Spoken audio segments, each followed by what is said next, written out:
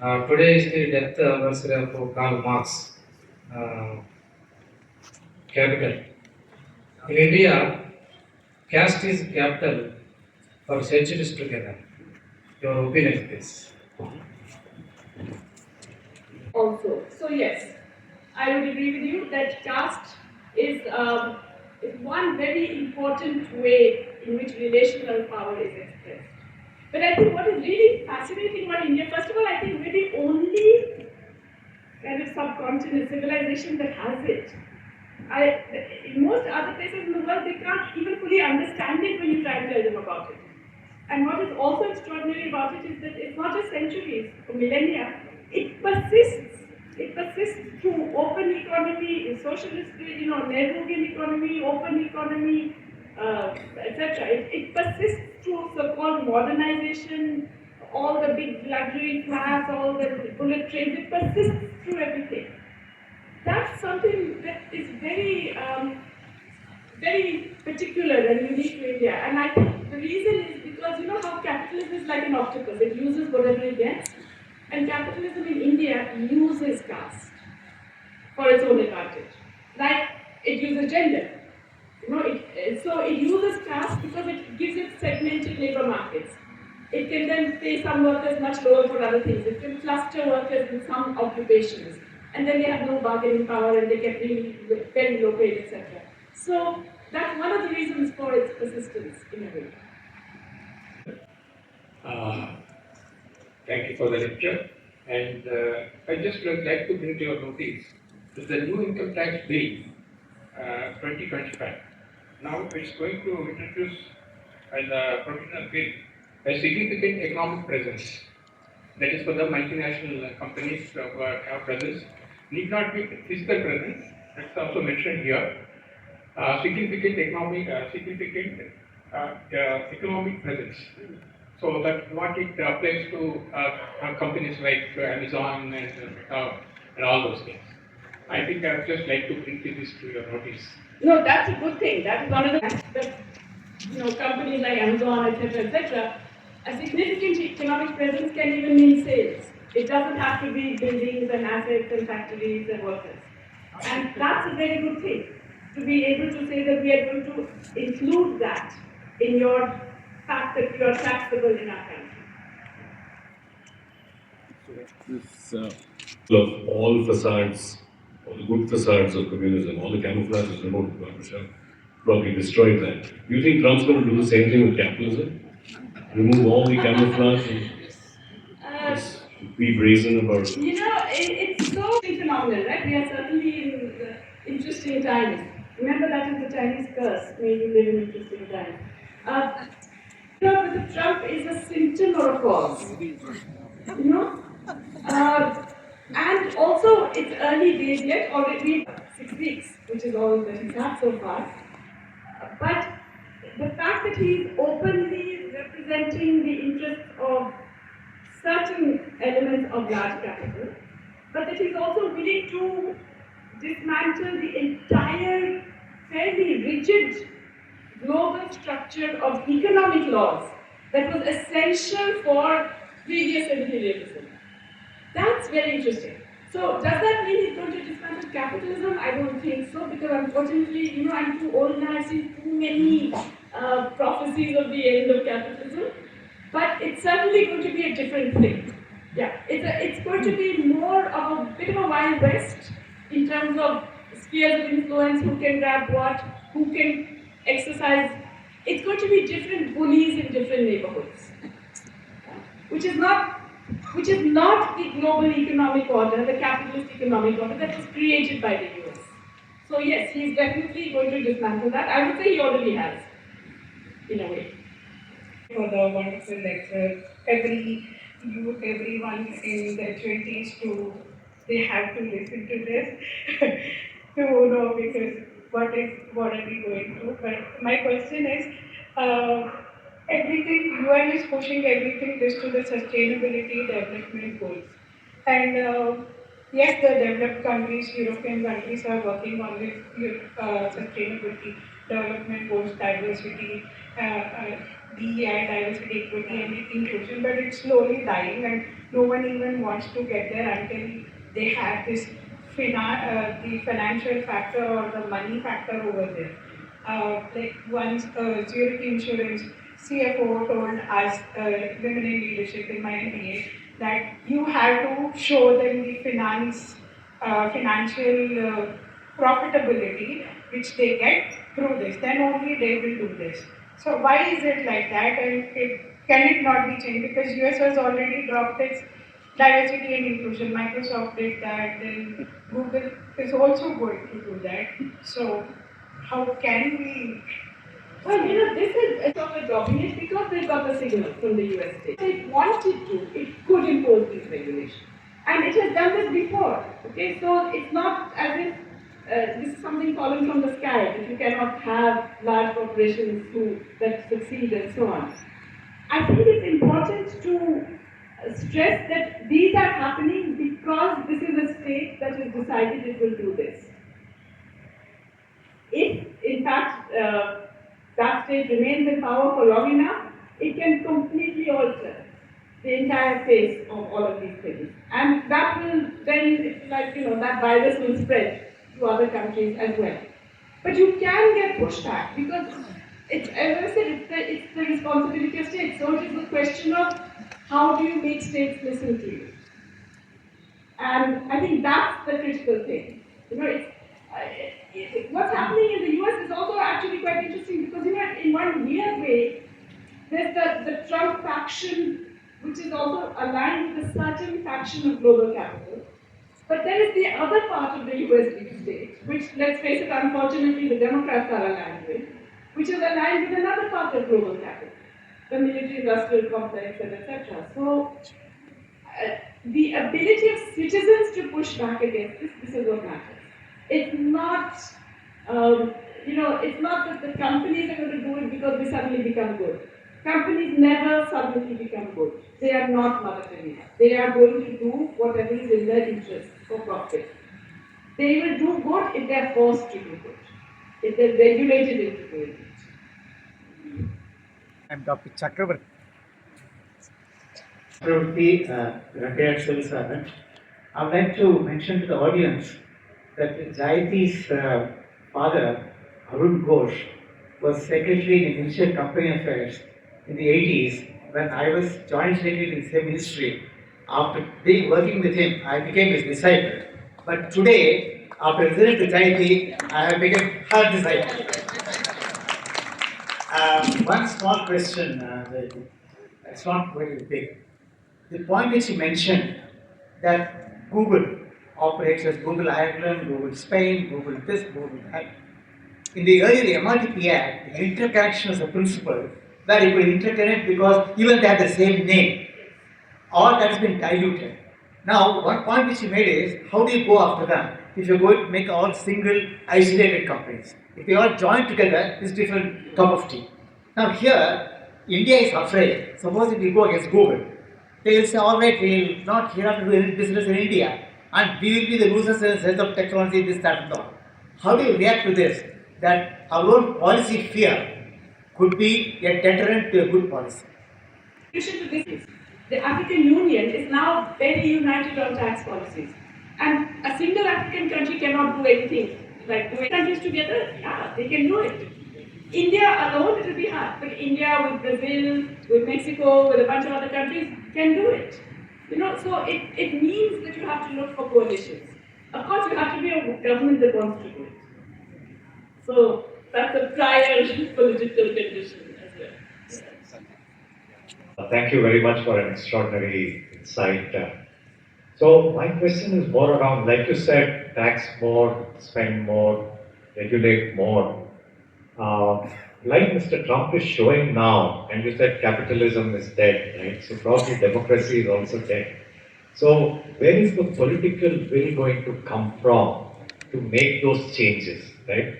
What's going to happen? Will we actually need a revolution to implement a lot of what you have been saying? Because pretty much the world over now, is there any hope at all that a citizens movement civil society, the true liberals can even find any form of leadership to make a difference?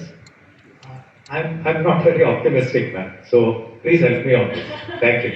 On the other hand, I think what is really interesting is how we really don't know the future, and the future is often literally just around the corner. So let's look down south to our neighbor, Sri Lanka. Okay, they did this incredible peaceful movement, the Aragalaya. They went through tremendous sacrifices, managed to throw out the dreaded Rajapakshas. And they got the same guys back, I mean not the same guys, but their brothers, cousins, and etc. In a worse situation because then they had IMF as well, right? So when I went 2 years ago to Sri Lanka, everybody was in a state of complete depression. They said, we went through all of this, and so many people sacrificed so much, and now things are much, much worse, and the real wage is half of what it was even then, and so on. I went back last year, and look what's happened. I mean, if you had told me when I had gone, when I was there last year, if you had told me that there would be an election in which Anurag Anurag, who at that point in the opinion poll was 31%, would actually win, and then that his party, which had 3 seats in parliament, 3, would get a 2/3 majority, I wouldn't believe it. In fact, I tell you, they couldn't believe it, that they'd done it. Things happen. It's happened in Uruguay, it's happened in Honduras, it's happened in, it's not unknown for things to happen. Good things also to happen. And what was that term we used? Inequality, something. Relational equality. Now in India and even in our city, the 100 richest people are all from upper caste. Yes. Now, how is this groundswell going to happen? Do you think will happen? Like you're talking of Sri Lanka, Honduras, what are the other countries? Do you think that this can happen? Where this groundswell can come, it can happen, make a difference? Can they happen? Yes, they can definitely happen. Do they happen? Already the southern states are completely different, even vis-a-vis caste. I know there's a hell of a lot of caste inequality and discrimination in the south, but it is nothing compared to what happens in the north. And the public services in the south are infinitely better than those in the north. Because you had a Periyar movement in Tamil Nadu, because you had social justice movements, there is something that remains in those. Can it happen? Caste, I don't know. It's a tough one, caste, let me be honest. I have a Chinese friend who, when he came here and he saw everything, and he said, you guys have to have a revolution. There's no way you get rid of caste without a revolution. You might solve other issues. There is a problem there. Yeah, I mean, its caste is something which is so extraordinary and so persistent that it's hard to know how to get rid of it. But it can change. Definitely, I would say it's different in Tamil Nadu from how it is in, let's say, the northern and central states. But I'm just saying, yeah, it is what they call a wicked problem, right? Caste is India's wicked problem. That is artificial intelligence, which is coming in so aggressively. Our decision-making framework till now, it is based on the historical data. But now your decision should come from what lies in the future. So we are currently facing with the e-commerce, the 2 giants, like I don't want to take the name, they are controlling the entire e-commerce business, and our regulatory initiative is the startup in front of them. So now with the AI revolution, I think the regulatory control also is moving out of the local leaders, because if you see in the healthcare, with the technology we brought a social divide was there, digital divide has come. Now with the preventive medicine which is going to come with the artificial intelligence and biotech, how they are emerging with the preventive medicine, now there is going to be a divide for the healthcare access also. Like that, artificial intelligence is going to create much more divides. How do we address this? And are the leaders working, making decisions based on what lies in the future? Anybody thinking in those directions? There's a specific working group that is talking about the issues and concerns that you raised. And of course, everybody's talking about AI all the time, right? I confess that I'm an ignoramus. on AI. I don't know enough about it. I haven't even used half of those programs, etc. But it is fundamentally, what is it? It's artificial, right? So it is basically computing power that is infinitely more rapid than the one we're used to. And it is collecting information very rapidly and processing it and chewing out the result. In terms of changing the fundamental inequalities, it will add to them. Will it change them? That's the part I'm not so sure about. Okay? As I said, I would welcome anybody in here who knows more about it to say so. This last point on artificial intelligence, there is a lot of hype about it. And that is hype is on purpose. That hype is to get more and more subsidies from each state because everybody wants to be top of the league in that. And of course, we've already seen that, right? That the US companies were getting hundreds of billions of dollars for something that DeepSeek did with 22 million or something like that. So, there's a lot. I'm a little wary of seeing that as completely transformative. Defense budget. We're not taking on China, and Pakistan is hardly a threat. So, this is my question. The second relates to health insurance, which the government said was going to be universal. So, if we have an outlay of 1%, how is this going to play out? Yeah. Let me bet which is that it doesn't reach, it reaches a minuscule proportion of people for a tiny part of their health needs. So the health insurance model is possibly the worst model we could have thought of to choose. It's the US model, which is the most expensive, least efficient, least equitable. And we chose that one in India, when we've already underprovided health. Whereas what we should really think of is a universal health system, a national, like the Italian, Canadian, UK national health system. No. This is insurance-based intermediation. The only beneficiaries from the government policy are insurance companies. There are no other beneficiaries. What they're telling you are beneficiaries, all these happy people you see on the posters, no. The real happy ones are the ones sitting in their offices collecting the cash.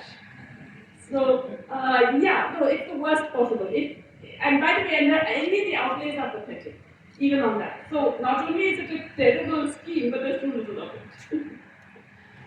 Instead, they should just have dramatically increased public health spending. And we should have a proper universal public health system. Thailand is a brilliant example of how you can do a really excellent public health system. It's called the 32 baht scheme. You pay 32 baht for anything. It can be, you're dealing with your advisor, or it can be cancer treatment.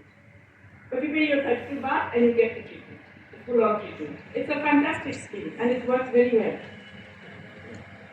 The second question, first question, I'm sorry, I answered the second one first. The thing about military spending, it is such a black box, and there is such a bipartisan or multi-partisan acceptance that they should just be allowed to spend. I'm talking at every part of the political spectrum of parties in India. Says, you can't, that we shouldn't be questioning. We'll find other ways to raise money. It's extraordinary. And God knows what they spend it on, because we're not even allowed to get details.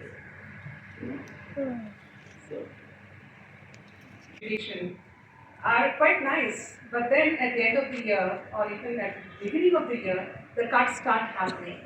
And what you yourself said, that the allocation actually 0.3% only gets spent in the end. Now, when we know this has been happening plan after plan after plan, why is there no discussion either in the political or in the executive or in the policy makers hue and cry about this? Because particularly in real terms for education and health, we are really spending far less than what we should be spending. You also have said that in your talk. But year after year, the disparity between the allocation at the budget level and immediately thereafter, the coming down of the budget. So why are we not making a hue and cry about it at any level?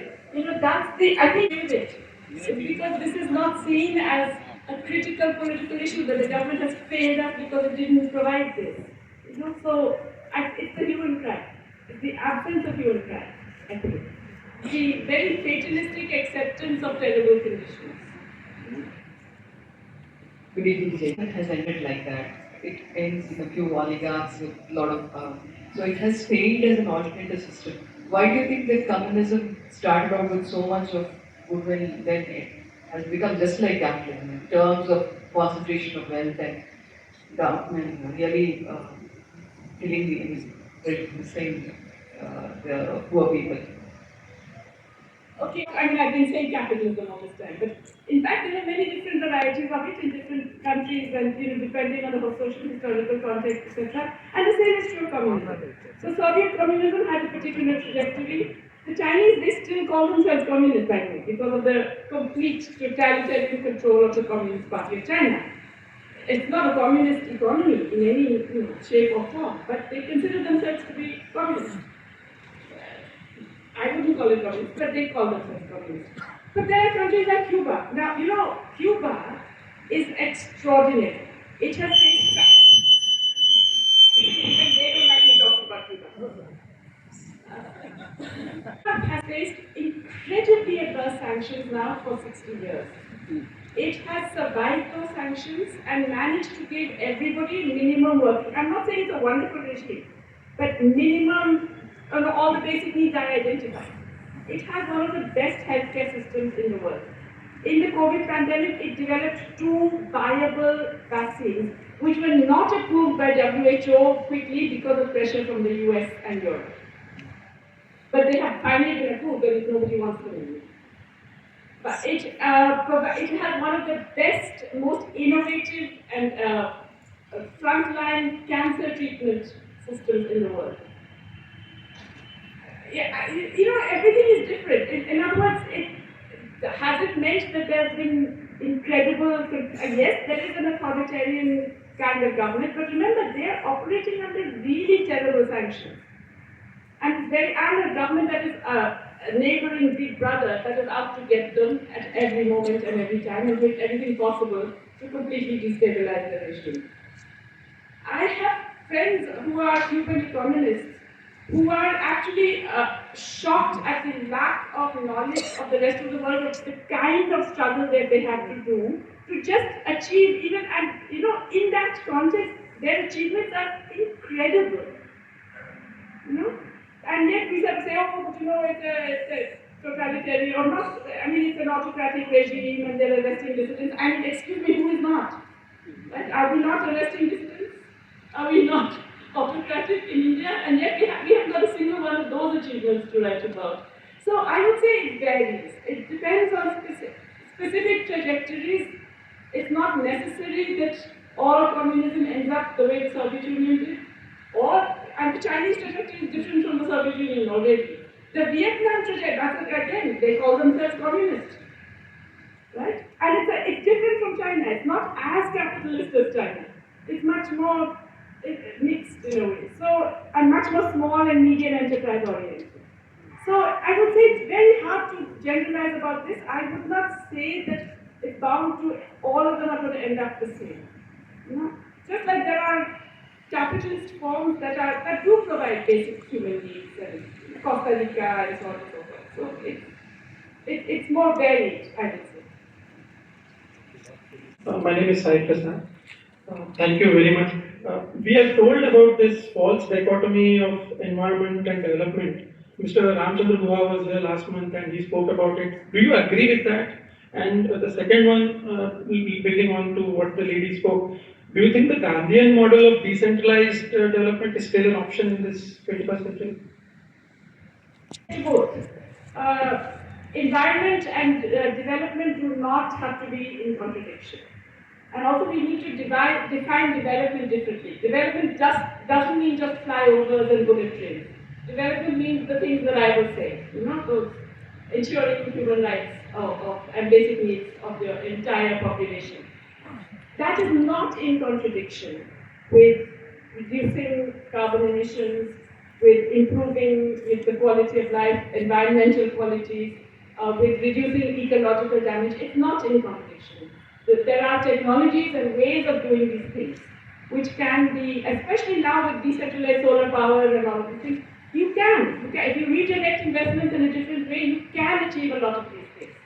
Because remember, in terms of mitigation, you can reduce the energy requirement of your economy, you can reduce the kind of energy you use, you can change the sectoral structure between agriculture, industry, services. There are things you can do. If you say that no, we want to develop and development means also bringing in Bitcoin, then no, of course it's a contradiction because Bitcoin is one of the most energy consuming and really environmentally disastrous things around. So there is no contradiction, I would say, for sure. And in fact, at the Club of Rome we did a report, it's called Earth for All, which essentially is arguing that it's possible to do, but you have to do big turnarounds. And one of the biggest turnarounds for us was in reducing inequality. The energy transition was just one of the turnarounds. Reducing inequality is way above the energy transition.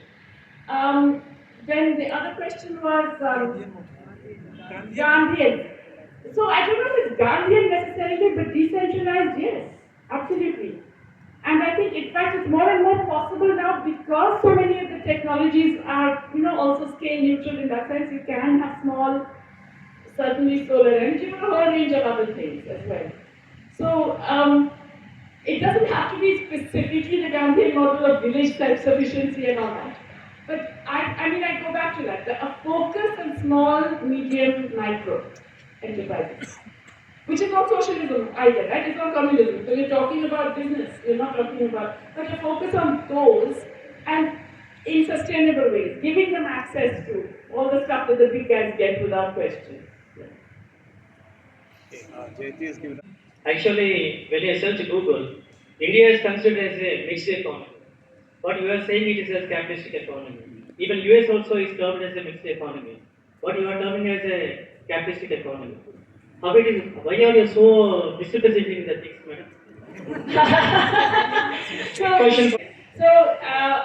I imagine Wikipedia or whichever thing you looked at is defining a mixed economy as any economy in which there is a public sector. Okay? That is, there are public enterprises.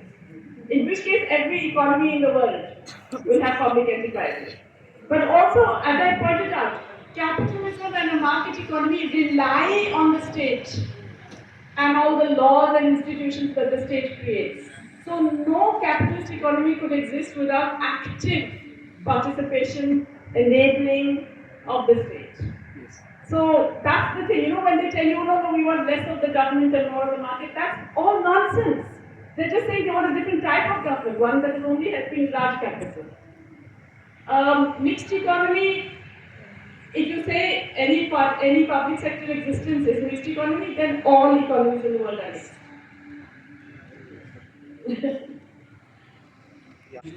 Ma'am, this is Venkat Reddy. I work on child rights. Do you think we derived from Constitution of India and the social justice preamble talks about the decentralization and distribution of wealth? Where do we get wrong in that? And which political class do you think in future our dreams of coming true? Thank you. The original sin comes even from there, the fact that these things were put into directive principles, not into the fundamental duties. So, at that time, Ambedkar had objected. He had said, no, these should not be only directive principles. All of the rights that I mentioned, education, work, etc., all of them are there. But they're all in directive principles. So it's a bit, yeah. And so that was the original sin in a way. But if you look at I think, where did we go wrong or when did we go wrong? This is a very big and complex issue. But I think if I had to give a sort of one word reason for why we went wrong, I would go back to caste.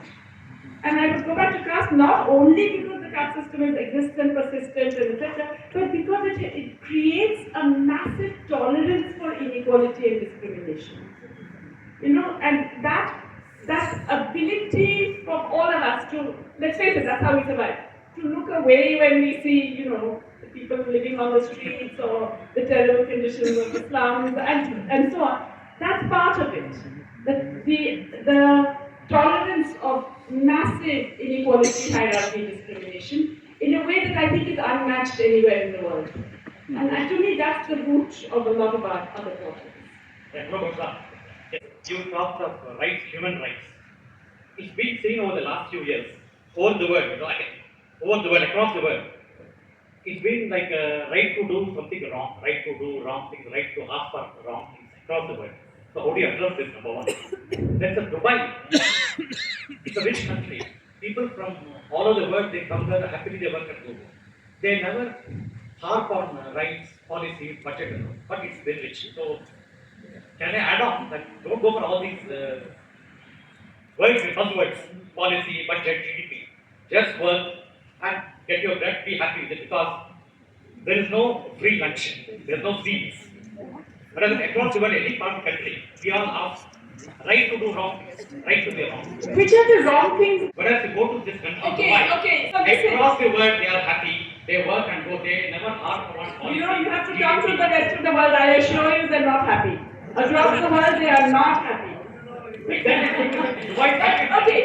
I get your point. I get your point. Yeah.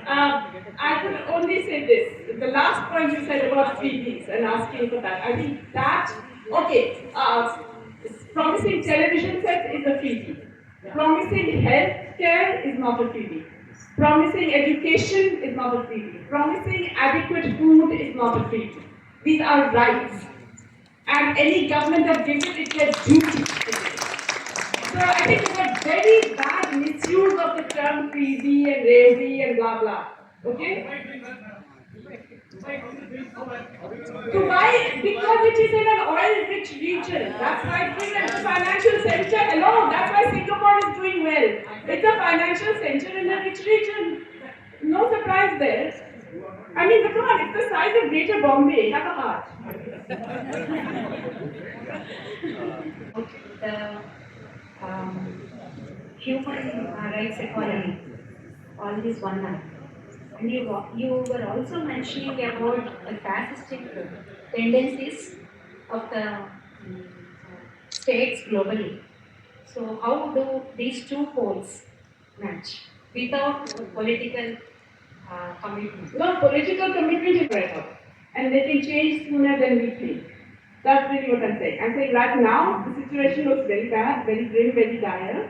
And these very large global oligopolists have gained even more power and control, and they're going berserk. But that very fact of going berserk may lead to a response and a reaction. I don't think we should say, okay, it's all lost and now we just go home and forget it. The world is doomed and the planet will burn and that's it. I think these things can change faster than we anticipate. What I mean to ask is, do you also feel that Indian government state is also showing the fascist? Of course. I mean, and frankly, these little terms, these binary shifts in terminology, fascistic tendency or fascist, I'm not interested. I mean, they're bad guys, basically.